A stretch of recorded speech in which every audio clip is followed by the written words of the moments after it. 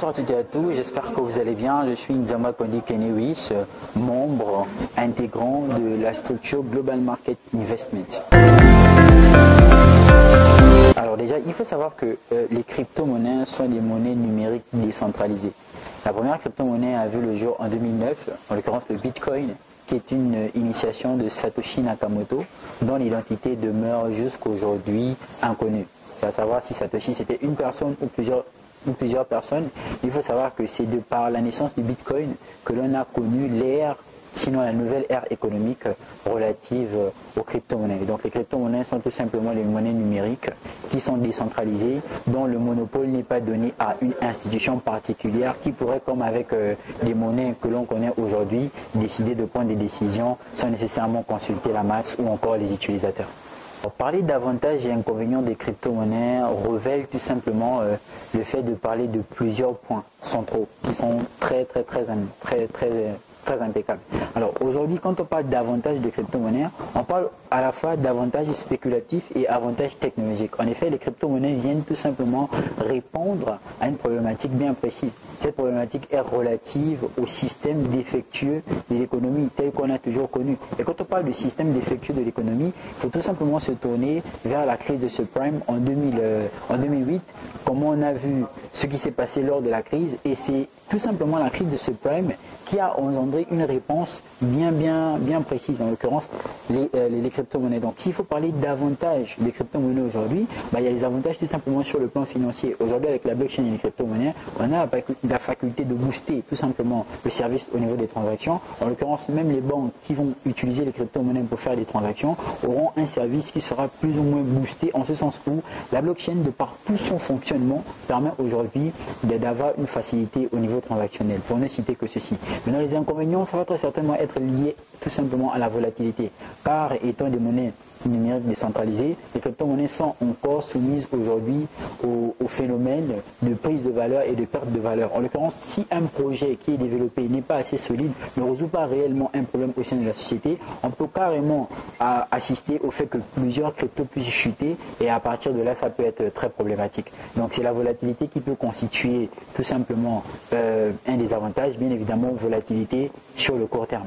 Et donc on peut encore citer davantage et des avantages sur les crypto-monnaies, mais vite fait, voici de façon résumée ce à quoi peuvent servir les crypto-monnaies. Avantages au niveau transactionnel, avantages au niveau indépendance financière, avantages au niveau apport technologique et des avantages au niveau de la perte de valeur en cas d'échec de projet. Déjà, il faut savoir que la crypto-monnaie, c'est le pilier principal d'une technologie qui est mise en évidence, en l'occurrence la blockchain. Et donc aujourd'hui, s'il faut expliquer aux Sénégalais ce qu'est la crypto-monnaie, s'il faut expliquer aux Sénégalais dans quelle mesure la blockchain pourrait nous impacter, il faut être capable de mettre en évidence tous les bienfaits de la blockchain. Or, lorsqu'on parle de blockchain, on va tout simplement parler de ce registre-là décentralisé, de ce registre-là transparent, dans lequel on aura la possibilité d'avoir un service au niveau de transaction décuplé. Et quand on va appliquer tout simplement les principes de la blockchain partout, dans tous les secteurs, on aura maintenant, par exemple, sur le cas des élections, par exemple ici en Afrique, on sait que généralement lorsqu'il y a des élections, il y a des fraudes électorales. Donc avec la blockchain, on a la possibilité de, par le biais des smart contracts, de créer tout simplement des contrats intelligents où les gens auront la possibilité de venir voter. Il y aura une transparence au sein de la blockchain. Du fait de son fonctionnement qui stipule que la blockchain reste infalsifiable, ça va tout simplement engendrer le fait que l'on sache qui a voté, quand la personne a voté, l'heure, la date, le lieu, si vous voulez, de façon générale. Et donc à partir de là, on aura une certaine transparence. Donc la blockchain et les crypto-monnaies peuvent apporter beaucoup, aussi bien au Sénégal en particulier qu'en Afrique, aussi bien sur le système financier, aussi bien sur le système éducatif, aussi bien sur le système médical, aussi bien, bref, l'application de la blockchain est tellement multisectorielle et ça peut vraiment aller très loin. Aujourd'hui, on parle de la traçabilité par la blockchain au niveau de la supply chain. En l'occurrence, on aurait la possibilité de savoir d'où est-ce que proviennent les aliments qu'on consomme, concrètement, comment est-ce qu'ils ont été traités, lorsqu'on vient à faire la commande d'un produit, de par les objets des Internet connectés, savoir aujourd'hui comment est-ce qu'on pourrait tout simplement avoir des informations relatives aux produits que l'on vient à consommer. Donc le champ il est tellement vaste, mais aujourd'hui, s'il faut parler d'adoption de la blockchain et des crypto-monnaies en Afrique, ça va plus être pour une certaine indépendance. Et quand on est indépendant, ça va être de l'indépendance financière, ça va même aussi être de l'indépendance politique. D'accord? Donc c'est très important de le comprendre aujourd'hui. Aujourd'hui, tout Sénégalais aurait tout à gagner en se tournant tout simplement vers les secteurs d'avenir, vers la révolution que constitue la blockchain et les crypto-monnaies. D'accord. Et vous pensez que la crypto-monnaie aujourd'hui, elle a un avenir au Sénégal? Est-ce que la crypto-monnaie a un avenir au Sénégal? Et pas qu'au Sénégal. La crypto-monnaie a un avenir partout en Afrique. Pourquoi? Parce que lorsqu'on va prendre, selon les statistiques relatives à la bancarisation, combien y a-t-il de Sénégalais qui sont bancarisés? Combien y a-t-il de Sénégalais qui ont un compte en banque plein? Combien y a-t-il de Sénégalais qui aujourd'hui utilisent Internet de façon raisonnable? Donc on voit que de façon générale, Internet, la blockchain et les crypto-monnaies pourraient réellement évoluer en Afrique. Pourquoi? Parce qu'on a d'abord ce problème-là, on a le problème de l'évolution technologique. Si on a des Sénégalais qui sont prêts à comprendre qu'est-ce que la blockchain, qu'est-ce que sont les crypto-monnaies, qui sont prêts à comprendre les métiers d'avenir relatifs tout simplement à la blockchain et les crypto-monnaies entre développeurs blockchain, designers blockchain, quand on va prendre tout ceci, on se rend compte que la blockchain au Sénégal et en Afrique, c'est tout simplement, ça a un avenir exponentiel. On va toujours rester dans ce sillage. Est-ce que c'est possible de se lancer dans la crypto sans argent? Est-ce que c'est possible de se lancer dans la crypto-monnaie sans argent? Non. Pourquoi je dis non? Lorsqu'on se positionne en tant que profil investisseur, c'est pas possible. Déjà, de façon générale, même sans la crypto-monnaie, nous sommes dans la loi du donner et du recevoir. En l'occurrence, si vous voulez avoir de l'argent, il faudrait que vous puissiez en donner de l'argent par le biais de plusieurs moyens. Par exemple, l'investissement, la proposition de valeur. Déjà, si vous voulez investir en crypto-monnaie, il faudrait impérativement que vous ayez une liquidité. Donc si aujourd'hui les gens vous disent par exemple que oui, vous n'avez pas besoin d'argent pour devenir riche en crypto-monnaie, c'est faux et archi faux. Il faudrait que vous ayez de la liquidité pour pouvoir investir. Après cet investissement, on pourra par la même occasion se fructifier. Et qu'est-ce qu'on peut acheter avec de la crypto? Peut-on acheter par exemple des vêtements ou bien des voitures ou bien une maison? C'est possible avec la crypto ou bien? Okay. Actuellement, nous sommes au Grand Théâtre de Dakar et j'ai été très étonné et aussi très satisfait lorsqu'en rentrant, on a pu constater que la boutique qui est en bas permet aujourd'hui de payer les articles en bitcoin.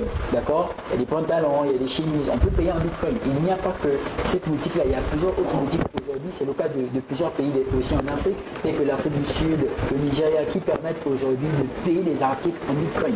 Et en Europe, c'est disons un peu plus accentué, en ce sens où il y a des personnes qui peuvent aujourd'hui s'offrir des biens et des services par le biais des crypto-monnaies, et le bitcoin en l'occurrence, lui étant la crypto-monnaie de référence. Donc au fur et à mesure que l'on évolue, c'est un peu comme vous voyez Orange Money, Airtel Money, les gens vont s'éduquer sur le sujet, ils vont apprendre et ils auront très certainement avec des bonnes informations la possibilité de se livrer ou encore de s'ouvrir vers cette nouvelle technologie qui va nous impacter, que nous le voulions, oui ou non. Pour terminer aussi, comment investir dans le bitcoin, dans la crypto? Le bitcoin en particulier et les crypto-monnaies en général, premièrement ça passe par le processus de formation, comprendre comment est-ce que ça fonctionne, parce qu'aujourd'hui on dort, on gagne 100 millions et demain on se réveille, on en perd 200 millions. Il faudrait comprendre ce mécanisme de volatilité là et pas justement seulement vendre aux gens un rêve relatif au fait que oui, avec les crypto-monnaies vous allez devenir riche, etc. Donc il faut d'abord comprendre le mécanisme. Ça passe par la formation.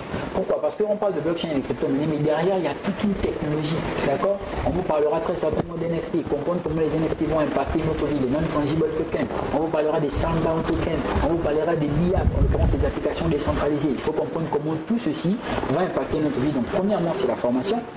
Deuxièmement, c'est très certainement cette application-là.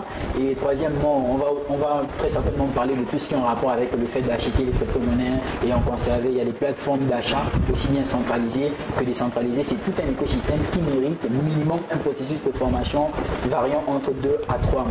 Et la crypto, elle est légale au Sénégal ou bien pas encore? Alors, la légalité d'une chose va très certainement dépendre des lois en vigueur dans l'espace dans lequel tout simplement la chose va évoluer. Alors, est-ce que le Sénégal a adopté aujourd'hui les lois relatives à la blockchain et les crypto-monnaies? Non. Mais par contre, je sais que le Sénégal est un pays qui est très certainement en voie d'adoption. Pourquoi? Parce qu'il y a pas mal de lois qui favorisent même les activités relatives au e-commerce. Pour avoir fait ma licence en droit des affaires, on avait tout simplement traité le sujet ici au Sénégal. Et par la même occasion, le Sénégal est l'un des pays en Afrique à avoir tout simplement mis en évidence 2 sommets relatifs au Bitcoin. 2 sommets qui visaient tout simplement à promouvoir le Bitcoin et par la même occasion à éduquer la population sénégalaise sur le Bitcoin. Donc je pense que le Sénégal fait partie des pays qui d'ici les 5 à 10 prochaines années aura tout simplement les crypto-monnaies en adoption. Et bien évidemment la légalité, une fois de plus, ça va dépendre des textes. Est-ce qu'il y a des textes qui aujourd'hui permettent d'utiliser les crypto-monnaies ou encore est-ce qu'il y a des textes qui permettent de ne pas les utiliser? Donc tout ceci c'est avec le temps. Qu'est-ce que vous avez à dire à ces personnes qui sont réticentes ou bien qui ne savent pas la crypto? Qu'est-ce que vous avez envie de leur convaincre de venir dans la crypto, de se lancer dans la crypto-monnaie? On a peur de ce que l'on ne connaît pas et on a peur de ce que l'on ne comprend pas. Donc très certainement, est-ce que je dirais aux gens de se lancer dans la crypto-monnaie, en l'occurrence prendre de l'argent, investir dans ce qu'ils ne maîtrisent pas? Non. Je dirais par contre aux gens qu'il faut faire la différence entre un mouvement et une révolution. Le mouvement il est passager, mais la révolution ça touche tout le monde. Donc est-ce qu'aujourd'hui je vais demander au peuple sénégalais, est-ce qu'aujourd'hui je vais demander à tous les gouvernements africains d'être réticents face à la blockchain et les crypto-monnaies? Absolument pas. On est en retard sur plusieurs points, on est en retard sur plusieurs plans et aujourd'hui nous sommes tous au même pied d'égalité en ce qui concerne l'adoption de la blockchain et les crypto-monnaies. Donc il est important que tout un chacun puisse s'y intéresser. Donc j'exhorte les autorités, j'exhorte tout le monde à tout simplement checker, faire des recherches massives sur la blockchain et les crypto-monnaies et de telle sorte nous pourrons par la même occasion avoir plusieurs personnes qui certainement développeront une passion sur le sujet pour tout simplement se pencher vers les spécificités relatives à la blockchain et les crypto-monnaies. Donc on exhorte tout le monde à s'y intéresser de façon importante. Ça constitue un très gros levier aussi bien pour nous les particuliers que pour les États, pour tous nos États, d'accord? La crypto-monnaie a même la possibilité de faire en sorte que nos États deviennent financièrement indépendants. Et oui, je pèse bien mes mots, financièrement indépendants. Et ceci passe par un processus de compréhension, de formation, d'application et tout ce qui va avec. Pourquoi pas créer des centres relatifs à la blockchain et les crypto-monnaies?